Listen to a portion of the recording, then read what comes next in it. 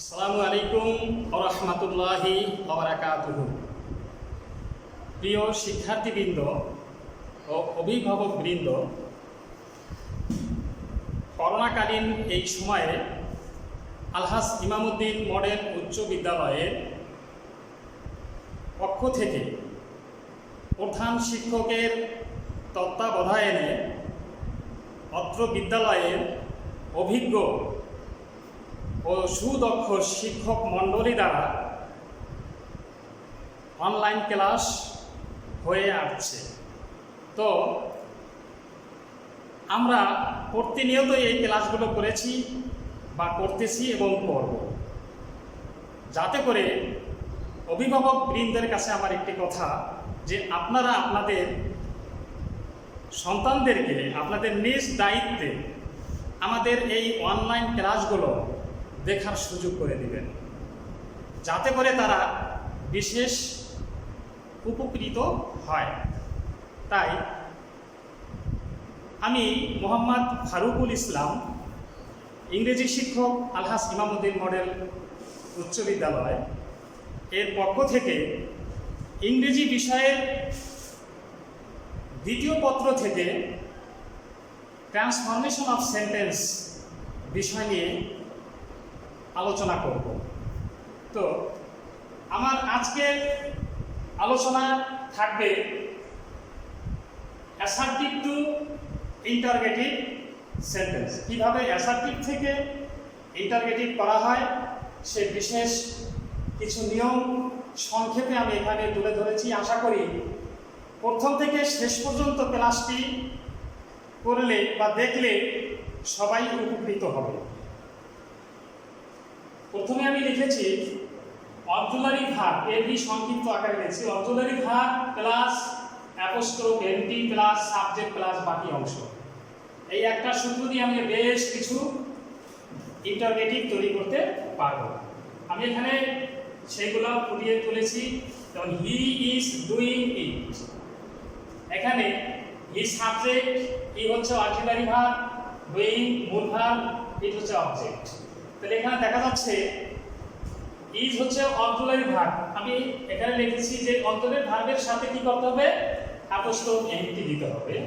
তাই এখানে ইজটাকে প্রথমে এনে ইজেন্ট, তারপরে সাবজেক্ট হি, তারপরে ডুইং ইট, শেষে একটা ইন্টারগেটিভ চিহ্ন দিতে হবে। যদি সেন্টেন্সটি নেগেটিভ হয়, নেগেটিভ হলে সেক্ষেত্রে আমার শুধু অক্সিলারি ভার্বটা প্রথমে আনতে হবে, পরে সাবজেক্ট দিতে হবে, বাকি অংশ লিখতে হবে। He is not going to school, এটা নেগেটিভ সেন্টেন্স। তাহলে দেখা যাচ্ছে যে এখানে নেগেটিভ সেন্টেন্স থাকার কারণে ইজটাকে আমরা প্রথম আনবো, এর সাথে ইজেন্ট হবে না, যেহেতু এখানে নেগেটিভ করা আছে, যার কারণে এখানে নেগেটিভ আর প্রয়োজন হবে না। সেক্ষেত্রে আমি প্রথমে ইজ, এরপরে হি গোয়িং টু স্কুল, লাস্টে কি এক্সক্লামেশন দিতে হবে, অর্থাৎ চিহ্ন দিতে হবে, প্রশ্ন করতে হবে।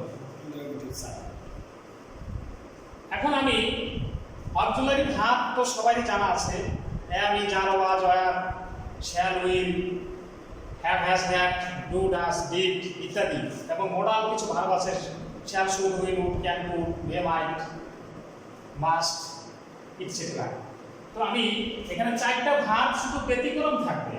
আমরা যে অ্যাপোস্ট্রোফ এনটি দেব, সেই অ্যাপোস্ট্রোফ এনটির ক্ষেত্রে চারটা ভার্ব একটু ব্যতিক্রম থাকবে। চারটা ভার্ব কি, উইল, উইল থাকলে ওন্ট হয়, অর্থাৎ সংক্ষিপ্ত ভাবে এটা লেখা হয়। শ্যাল থাকলে শ্যান্ট হয়, এম থাকলে এইন্ট অথবা আরেন্ট হয়, ক্যান থাকলে ক্যান, এই ক্যানের এই এন্টার সাথেই অ্যাপোস্ট্রোফ এনটি দিতে হবে। আর বাকি সমস্ত অক্সিলারি ভার্বগুলো পূর্ণ মাত্রায় লিখে সেগুলোর সাথে অ্যাপোস্ট্রোফ এনটি দিতে হবে। যেমন এখানে আমি উইল দ্বারা একটা সেন্টেন্স লিখেছি, he will write it, won't he write it. এখানে উইলটাকে প্রথমে আনছি, আমি এই সূত্রে করেছি ওন্ট হি রাইট ইট। এখানে আমরা এই যে সেন্টেন্সটা প্রথম করেছি, এই সেন্টেন্স দিয়ে আমি এখানে হাজারো অক্সিলারি ভার্ব সহ যে সেন্টেন্সগুলো থাকবে সেই সেন্টেন্সগুলো আমরা করতে পারবো। যদি এরকম হয়তো যেমন he was doing it, wasn't he doing it. আবার যদি হয়তো যে I am doing it, ain't I doing it, they are doing it, aren't they doing it, etcetera. এরকম একই সূত্র দ্বারা আমরা ইন্টারমিডিয়েট হাজারো হাজারো ইন্টারমিডিয়েট আমরা এখানে করতে পারবো। আবার যেখানে দেওয়া আছে নেগেটিভ সেন্টেন্স, নেগেটিভ যদি এরকম হয় যে হি ওয়াজ নট ডুইং ইট, ওয়াজ প্রথমে আনবে ওয়াজ হি গোয়িং টু স্কুল, এরকম যদি হয়। আবার দেখা গেল যে দে আর নট রাইট ইট, তাহলে আর দে রাইট ইট। এরকম আমরা শুধু মূল অক্সিলারি ভার্বটাকে প্রথমে আনবো এবং সাবজেক্ট বসে বাকি অংশ বসাই দেবো। নো নট থাকলে সেটা উঠে যাবে। কিছু সেন্টেন্স আছে যেমন নো থাকলে এনি হয়, নাথিং থাকলে এনিথিং, নেভার থাকলে ইভার। যেমন এখানে আমি লিখেছি I have no pen, I have no pen, আমার কোনো কলম নেই। এখানে লিখবো কি do I have any pen, do I have any pen. অর্থাৎ এই যে নো পেনের ক্ষেত্রে আমি এখানে অতিরিক্ত একটা এনি দিতে হবে।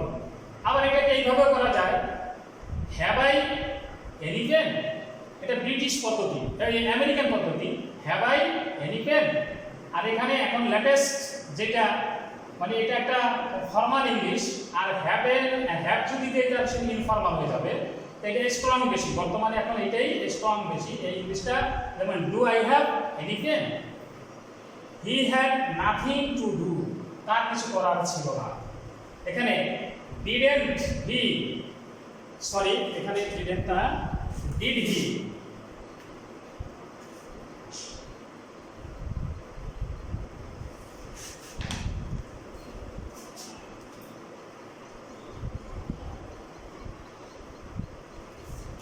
যেহেতু এটা negative sentence, he had nothing to do, negative sentence, যার কারণে এখানে আবার হ্যাড হচ্ছে past indefinite tense. He had nothing to do, এখানে পাস্ট ইনডিফিনিট টেন্স থাকার কারণে আমরা এখানে ডিড বসাইছি। Did he anything to do, he will never tell a lie. এখানে দেখা যাচ্ছে যে he will never tell a lie, will he ever tell a lie. এখানে নাথিং ছিল, এনিথিং দেওয়া হয়েছে। এখানে নেভার ছিল, এখানে নেভারের পরিবর্তে ইভার দেওয়া হয়েছে। আর আগের ফর্মুলা যেগুলো করেছি সেই একই ফর্মুলা এখানে আছে। যেমন উইল আছে, উইলটাকে আমরা প্রথম এনেছি কারণ এটা প্রথম, এটা কি অক্সিলারি ভার্ব। এভরিবডি, এভরিওয়ান, এইগুলো যদি কোথাও কোনো সেন্টেন্সের শুরুতে থাকে তাহলে আমরা হু ডাজ নট বা who doesn't, who does not অথবা হু ডাজন্ট। এভরিবডি, এভরিওয়ান এটা সিঙ্গুলার ভার্ব গ্রহণ করে। এভরিবডি, এভরিওয়ানে সিঙ্গুলার ভার্ব গ্রহণ করে, থার্ড পারসন সিঙ্গুলার ভার্ব গ্রহণ করবে। নোবডি, নো ওয়ান, নান, এখানে শুধু হু ব্যবহৃত হয়। কারণ everybody knows me, everybody knows me, এই এভরিবডি এর পরিবর্তে আমরা who does not know me, who does not know me, nobody trusts a liar. এখানে নোবডি এর পরিবর্তে আমরা হু বসাইছি। এরকম যদি নো ওয়ান থাকে, no one can do it, who can do ইট।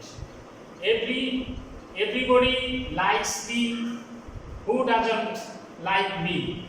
এখানে একটা কথা আছে যেমন এভরিবডি নোস মি, এখানে থার্ড পারসন সিঙ্গুলার নাম্বার হওয়ার কারণে এই ভার্বটার সাথে এস বা ইএস যুক্ত হয়েছে। এই এস বা ইএসটা এখানে হু ডাজন্টের সাথে ইএস এখানে চলে আসছে, যার কারণে এখানে লোর সাথে আর এস বা ইএস হবে না। পরবর্তী মূল ভার্বের সাথে এস বা ইএস হবে না, শুধু মূল ভার্বটা এখানে বসাইতে হবে, এস থাকবে না। আবার এখানে trusts a liar, nobody trusts a liar. তাহলে এখানে দেখা যাচ্ছে যে হু ট্রাস্টস আ লায়ার।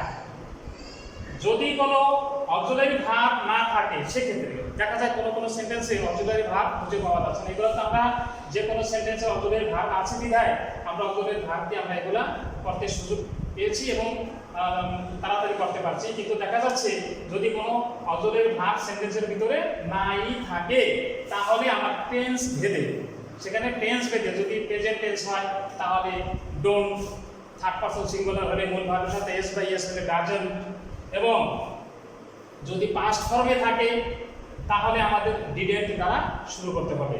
যেমন আই রাইট আ লেটার, তাহলে এখানে হবে আই রাইট আ লেটার, এটা প্রেজেন্ট ইনডিফিনিট টেন্স আছে, যার কারণে এখানে হবে কি don't I write a letter, don't I write a letter.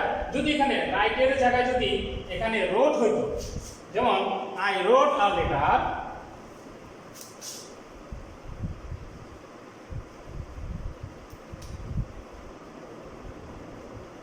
I রোট a letter, তাহলে এখানে পাস্ট ফর্ম হয়ে গেল, তাহলে এখানে পাস্ট ফর্ম হলে এখানে দিতে হবে ডিডেন্ট।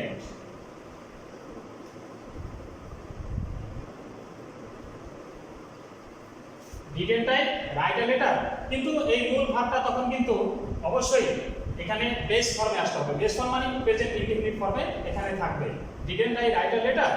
আবার যদি এরকম আসতো যেমন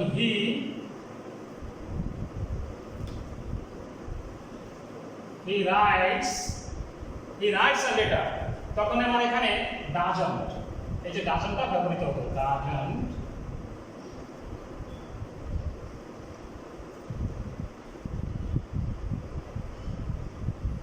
doesn't he write a letter। এমনি ভাবে আমরা don't, doesn't, didn't এর ব্যবহার আমরা শিখলাম যে প্রেজেন্ট ফর্মে থাকলে don't অথবা doesn't, এবং পাস্ট ফর্মে থাকলে didn't বসাতে হবে।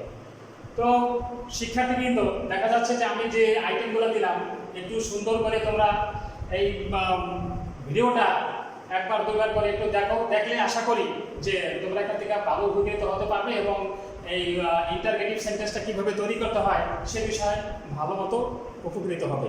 তো আমি তোমাদের কিছু হোমওয়ার্ক দিচ্ছি, সেগুলো তোমরা একটু উঠেই রাখবে।